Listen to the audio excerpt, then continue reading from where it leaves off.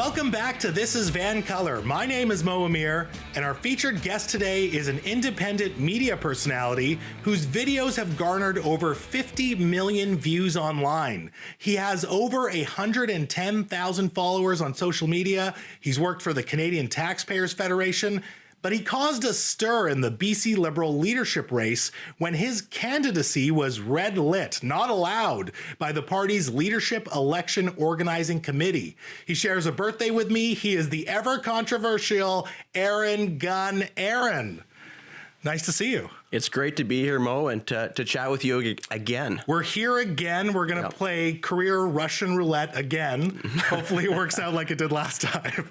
I'm looking forward to it. I got to ask you, the BC Liberal leadership race is over. And for people who don't know, the BC Liberals are kind of a coalition between federal Liberals and federal Conservatives. There's been a lot that's been said about you, particularly online, but I've always seen you as clearly a federal Conservative. Your views are in line with Pierre Poilievre, and as I've said in the past, with an Aaron O'Toole when he was in the leadership race for the Conservatives. You seem to fit into this party, at least what their umbrella should be. Did you feel like you were unfairly treated? Yeah, I think if you look how the rules were written on paper, I think 100% I was. I think you can look at other candidates like Val Litwin who openly went against the rules, and there were no consequences. How did he go against the rules? Well, he went against. We had to sign. So to join the BC Liberal leadership race, you had to sign a pledge that said that you would support whoever the eventual nominee was. Yeah. And of course, he came out with maybe 10 days left in the campaign and said that he wouldn't do that, and there was no consequences. You had obviously Kevin Falcon accused by pretty much, I think, every other campaign of signing up illegitimate members and running a kind of an unethical operation, if you will, and there were no consequences. To me, the thing you have to understand about the BC Liberal Party is that it's not a big tent party. It's a party of elites. It's a party of increasingly downtown Vancouver lawyers and big city developers. And if you don't play by their rules, if you don't attend the same cocktail parties that they do, and you might go against the grain on certain issues, you're not allowed in. Sure, they want you to vote for them. They want you to vote for them. Trust me. And your money. They want your money. And they want your money. And sure. You know what? They'll also ask for and accept your endorsement, as they did for me during the previous election.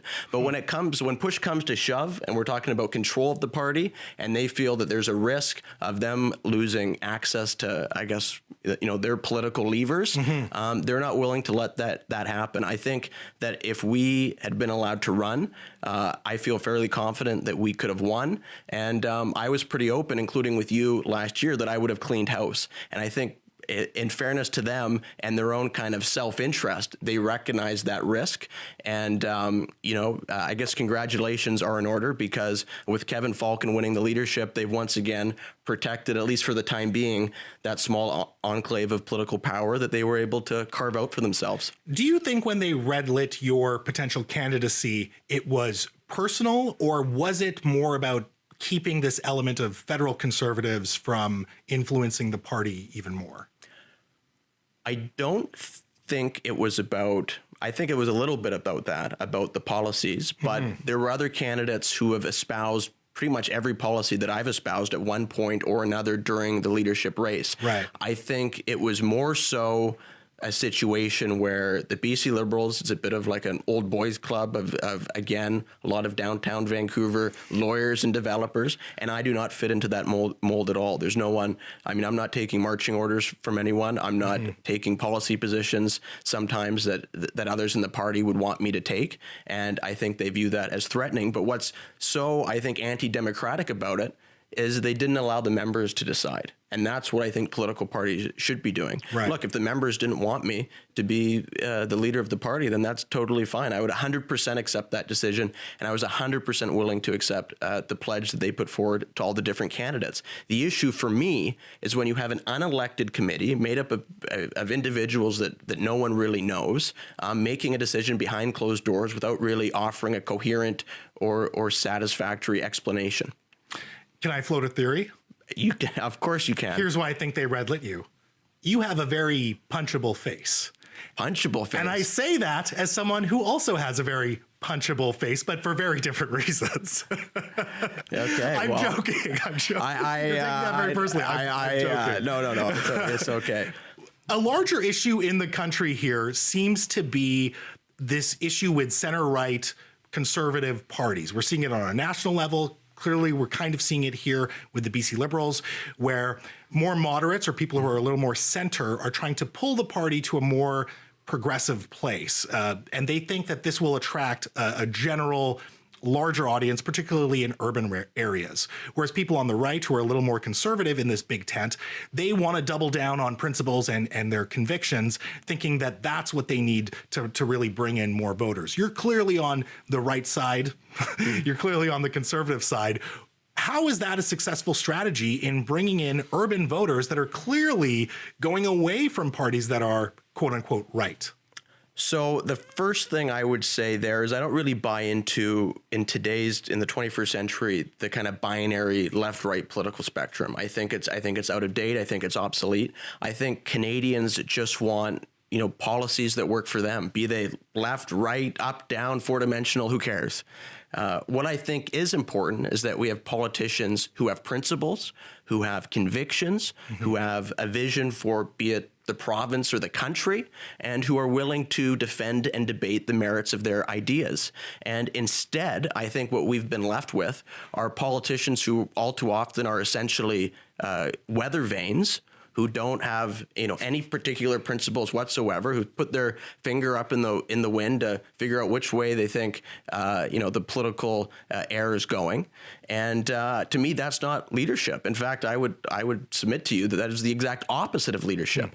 So what I think conservatives need to do, but I would actually go a step further and say anyone in politics of any political stripe, is to stop diluting their positions, to stand up for the principles that they believe in, and to level with Canadians. And I think when you don't do that, you come off as inauthentic, disingenuous, weak, and untrustworthy. And I think that's one of the reasons why so many Canadians are turned off of politics, that are apathetic. Look, Mo, I'm sure you disagree with many of the positions that I hold. Most of your positions. Most of my positions that I hold.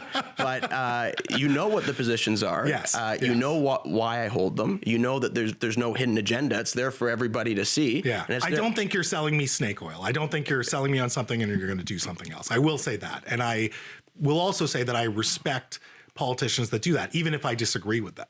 Yeah, and I think that level of authenticity has been missing from Canadian politics. And I think to get to your kind of the core of your question was, how would that be politically advantageous, is I think authenticity will be rewarded by the electorate. And one of the most frequent comments that I get when people run into me and recognize me is they'll say, oh, I agree with 80% of the things that you say, or I agree with 70% of the things you say, or I don't always agree with you, but I always appreciate your opinions.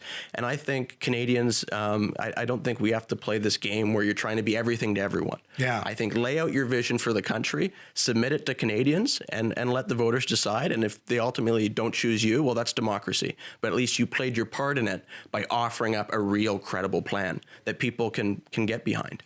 And when it comes to the Conservative Party of Canada, who's going to do that now that there's a leadership position available? Well, I think it's Pierre Poilievre's to lose. I mean, he's got a large social media following, makes mine look like a drop in the bucket, and he knows, he has a vision, he has principles. And is that going to be a factor, the social media following? I know he got like 4 million views on his announcement video. Do you think that will actually matter when it comes to getting out the votes in a federal election? Yeah, well, it's going to matter a lot in a leadership election. I think in a federal election, I think it will. Look, social media following can only get you so far. Right. But the thing with Pierre Poilievre is, people send me his videos who aren't political, who aren't conservative. And I think if you ask people across the political spectrum, I think most people would agree, some reluctantly, that he's the most effective person in the House of Commons at holding Justin Trudeau to account. And I think he's going to do that during a federal election campaign. And I can only imagine how concerned Trudeau will be to share a debate stage with him. So I think it's Pierre's to lose, and but we'll have to see what happens. Great. Aaron, this was so much fun. Thanks for coming on the show. We're going to chat a little more on the podcast. Thanks for having me, Mo. Of course. Folks, first of all, shout out to Anne-Marie, that's Aaron's mom. And of course, this was political commentator, maybe politician, Aaron Gunn. Now stick around, because after some business, why do politicians continually use people of color to score cheap political points? I don't know, but I'm going to take a moment to talk about it. I'm Mo Amir. This is VANCOLOUR.